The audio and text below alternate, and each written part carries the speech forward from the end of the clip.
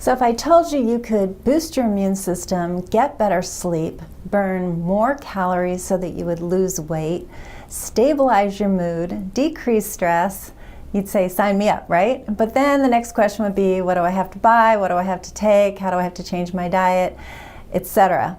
So I'm going to tell you a quick story. I am an editor for a magazine and have been since its inception. And so I write for them 6 times a year, every other month. And this past issue was budget-friendly health tips. And so I was putting this together, and all of the tips were things that I normally talk about: more plants, more water, exercise, getting enough sleep. The list was long. Intermittent fasting, which has a variety of definitions. We're not going to get into that right now. But one of the ones I came up with was addressing what I was just talking to you about.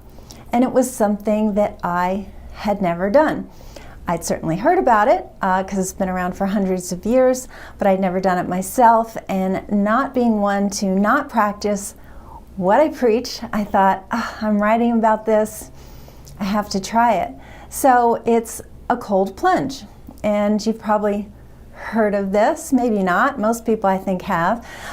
Cold plunges have been around forever. Certainly if you go to some of the northern climates like Norway and Sweden, they love to sauna, then they jump in a frozen fjord. It's all very dramatic. But certainly from someone like myself, who's always cold, the thought of intentionally going into cold water was not something I wanted. But the benefits were pretty darn interesting. So obviously a cold plunge is a bit of a shock to the system, but there's definitely such a thing as good shocks. That's what fasting is about. It's getting your body into this situation of, wow, no more calories. What do I do? How do I handle this internally? Which has a tremendous number of benefits. So what the cold plunge does, it increases your brown fat, so increases your ability to burn calories, resets the vagus nerve, so you're dealing with stress better. It has to do with detoxification. Your lymphatic system tends to constrict, so it moves toxins out of your body faster. Your white blood cells get stimulated due to the shock. So it's a good shock. And I thought, okay, I'm going to do this. So it's been about 2 weeks, because the biggest thing you hear in science is association versus causation. Meaning, is it just something that happened because it was going to happen, or was there cause? Did one thing cause the other? So one of the situations I deal with is that I tend to get up several times, 3 to 4 times, to use the restroom at night. And I'm in a pretty deep sleep, feels like, but the old bladder is just, not wanting to let me stay asleep. And it's been quite bothersome. Even though my sleep quality is decent, it's not fun to, haul yourself out of bed in the middle of the night, especially several times. So it's been about 2 weeks, as I mentioned, and it's best in the morning, the cold plunge.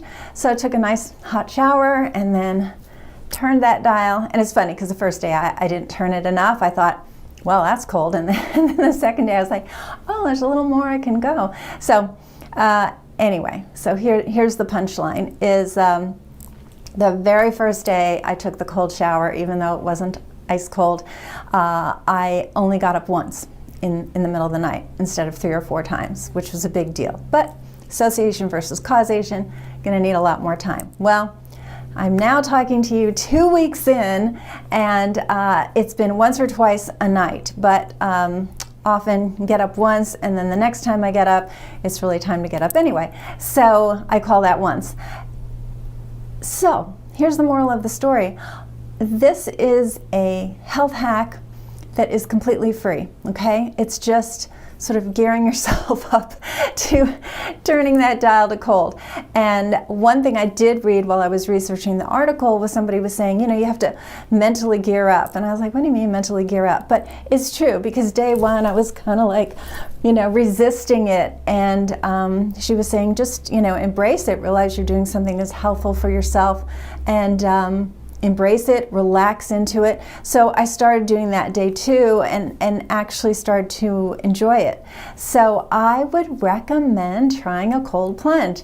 You just turn the shower to cold, try to stay in there as long as you can, front and back, splash it on your face, and just get in the mindset of you want to do this. You know, it's helpful for yourself. You just took a really hot shower, so you want to cool off, right? So that's something I would try. And yeah, let me know what you think about this. Give it a thumbs up, share it with friends, and I'll see you soon.